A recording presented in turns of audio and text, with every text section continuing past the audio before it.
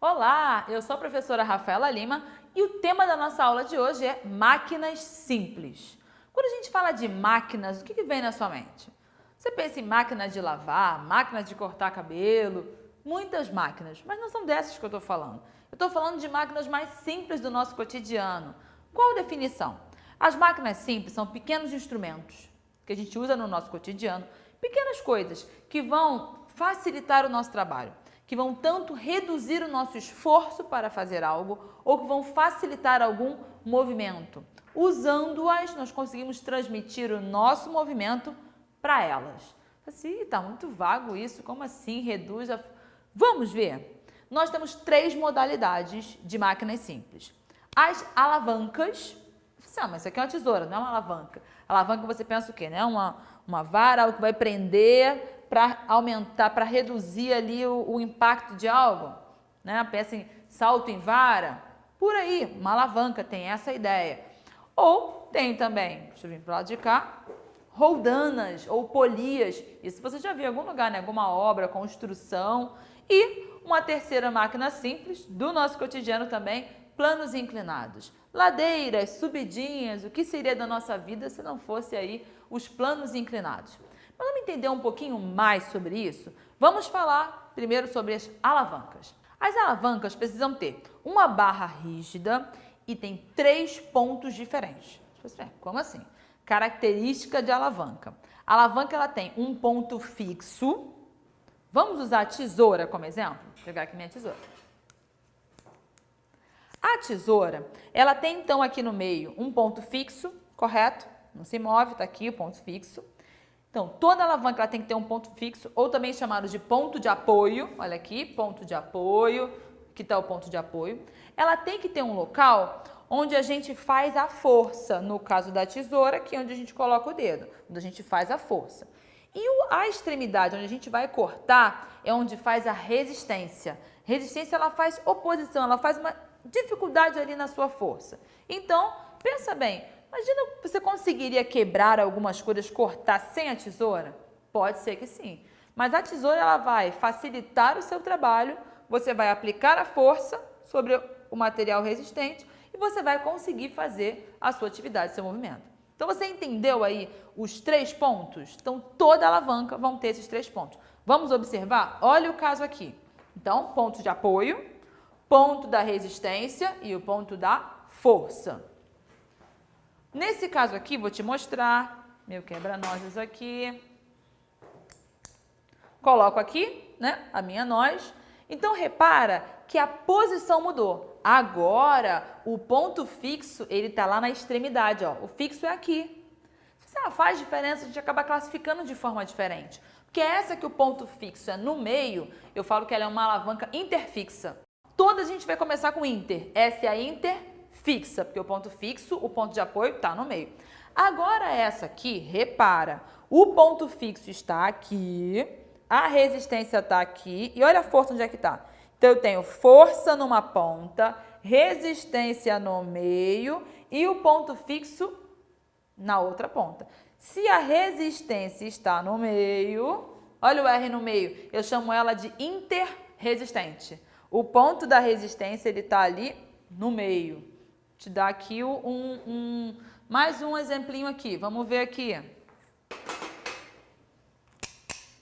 Nesse caso aqui, você quer pegar algo quente, você quer, por exemplo, um churrasco, brasas. Essa é uma versão menor. Você pode ter, essa é uma versão menor, não, essa é uma versão média. Essa é uma versão menor. Pinça. Imagina eu pego um mais compridão desse aqui. O meu ponto de resistência, ele está aqui, né? Vamos pegar aqui, vamos pegar alguma coisa, vamos pegar aqui um papel. Pronto. Meu ponto de resistência, ele está aqui, correto? O ponto fixo está no ponto de cá. Agora, a minha força, ela vai, ó, aqui no meio. Nessa brincadeira, Se a força está no meio, se a potência que eu coloco ela está no meio, na pinça a mesma coisa, eu chamo de interpotente, porque a potência ela está no meio. Isso é legal. Mas sabe o que é curioso, o que é interessante? No nosso corpo, ele é cheio de alavancas. Então, o nosso corpo, a gente pensa, o corpo humano é uma super máquina. Fisicamente, cientificamente, ela tem várias alavancas. Vamos observar isso no corpo? Coloquei aqui o exemplo de uma. Tem aqui um objeto, vou pegar aqui o meu martelo. O martelo, ele é um tipo de alavanca? Com certeza. Eu vou apoiar ele aqui. Eu tenho, então, repara, a minha resistência na ponta, um prego que eu quero tirar. O ponto de força lá na outra extremidade e o ponto de apoio está aqui no meio. Nessa brincadeira, então, eu chamo ela de alavanca interfixa. O ponto de apoio, o ponto fixo está no meio, a resistência está lá na extremidade e a força está aqui. Assim, olha, então até um martelo é uma alavanca? Com certeza. E aí, toma aqui, fazendo esse exemplo, eu tenho aqui o meu músculo, os músculos no nosso corpo. Quando você pensa então nessa super máquina chamada corpo, os músculos são responsáveis pela força, pela potência. Faz sentido, né? Os nossos ossos, eles vão fazer o trabalho da barra rígida, sabe? Repara, todos eles têm uma barra rígida. Essa parte aí, isso fica com os ossos. E aí, a parte da resistência, ela vai variar. Às vezes vai ser um objeto, vai ser uma outra parte do corpo que faz resistência. E o ponto de apoio, o ponto fixo, são as nossas articulações. Assim, a articulação é o que mesmo? É o ponto de encontro entre os ossos. Então, no nosso exemplo aqui, olha aqui. Tem aqui, nessa mão, está segurando esse martelo. Esse martelo, ele está fazendo resistência, está pesado aqui.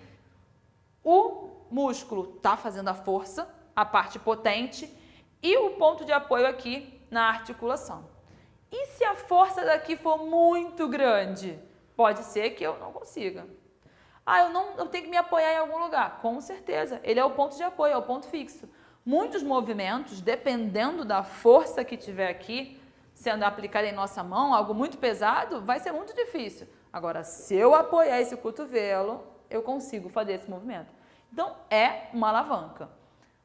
Nossos tornozelo, braço, nós temos várias alavancas.